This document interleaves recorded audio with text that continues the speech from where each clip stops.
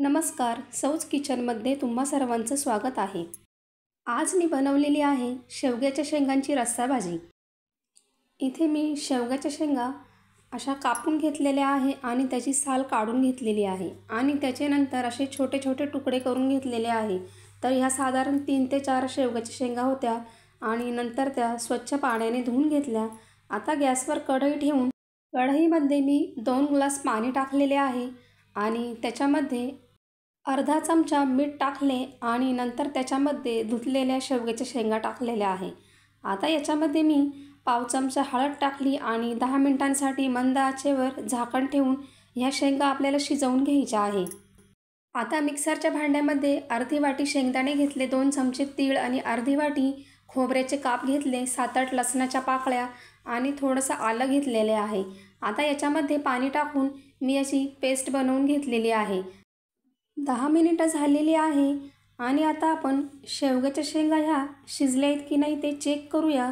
तर अशा पद्धतीने भाजी केली तर खूपच छान अशी चवदार भाजी होते। तर शेंगा या शिजलेल्या आहे आणि मी इथे त्याच कढईमध्ये तेल घेतलेलं आहे आणि पाव चमचा जिरे टाकलेले आहे।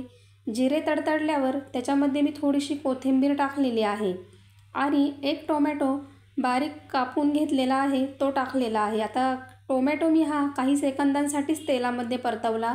त्याच्यामध्ये चवीनुसार मीठ टाकले, पाव चमचा हळद, 1 चमचा लाल मसाला,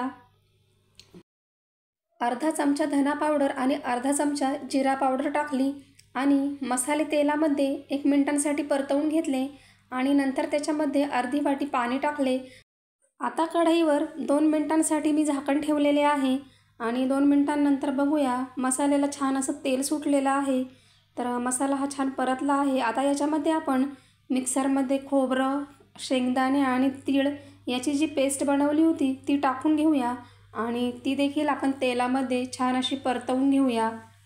तर ही पेस्ट देखील आपल्याला तेल सुटेपर्यंत परतवून घ्यायची आहे। आता याला देखील छान असं तेल सुटलेलं आहे आणि याच्यामध्ये आता आपण शेवग्याच्या शेंगा ज्या उकडलेल्या होत्या त्या टाकून घेऊया आणि एकदा छान असं आपण मिक्स करून घेऊया। आता याच्यामध्ये मिक्सरच्या भांड्यामध्ये मी थोडंसं पाणी टाकून तेच पाणी टाकलेलं आहे। तर मी कढईमध्ये 1.5 ग्लास हे पाणी टाकलेलं आहे आणि आता मंद आचेवर आपल्याला भाजीला ही 5 मिनिटांसाठी उकळी येऊन द्यायची आहे। तर खूपच झटपट आणि बनवायला देखील खूप सोपी आहे। तर तुम्ही अशा पद्धतीने नक्की एकदा शेवग्याच्या शेंगांची ही भाजी बनवून बघा। तर त्या उकळून घेतल्यामुळे छानच अशी चव आलेली आहे भाजीला।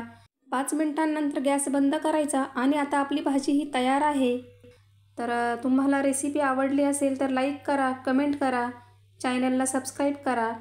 तुम्ही माझा व्हिडिओ शेवटपर्यंत बघितला त्याबद्दल मी तुमची खूप खूप आभारी आहे।